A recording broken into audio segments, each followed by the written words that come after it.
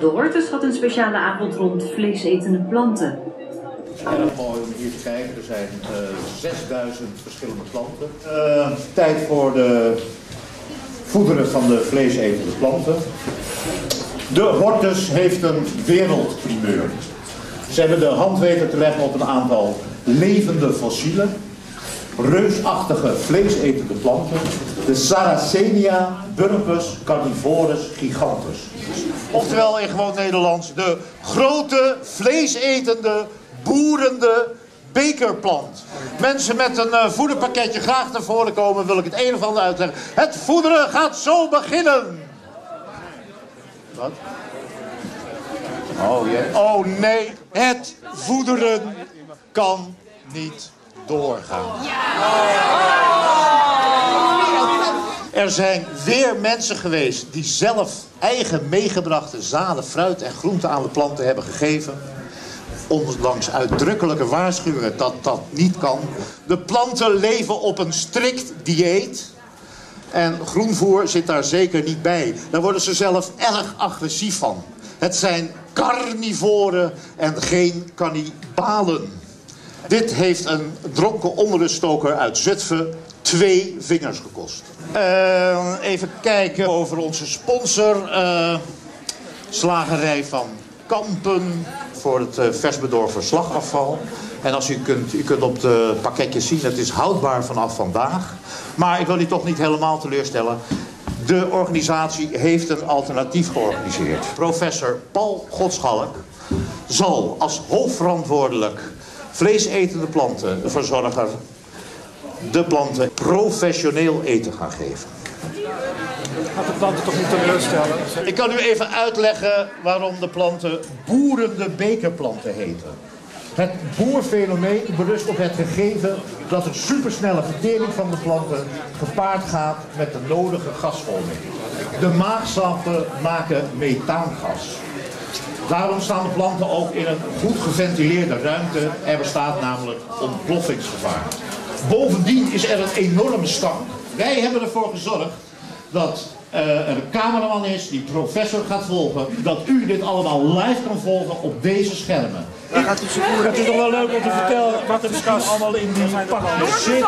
Ja, je kan een beetje hier blijven, dan kun je het op het scherm beter zien. Zultkopkaas, opblaasschal, altweesklierkwap, darmvlokken, niersteengruis, loopblaas en gezinballetjes, geperforeerde maagzakjes en kadavervlok. Het stinkt trouwens behoorlijk in die kassen bij de vleesetende planten. Er komt een soort rotte eierlucht vrij bij de fermentatie van het voedsel.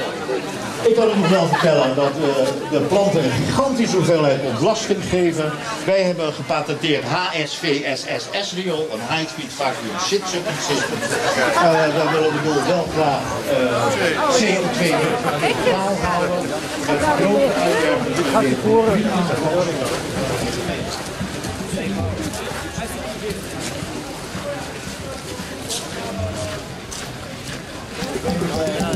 Ja, daar gaat de progressie. U kunt het daar zien. Daar gaat hij.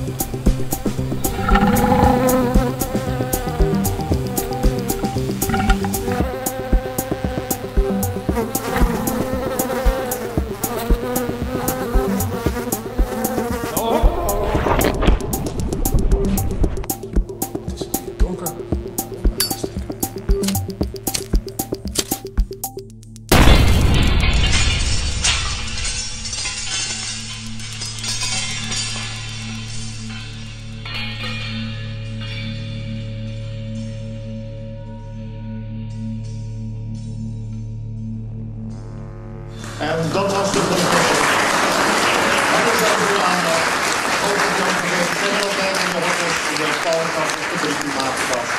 Er is ook nog een flora-sonora voorstelling in de Rode Vrieszaal.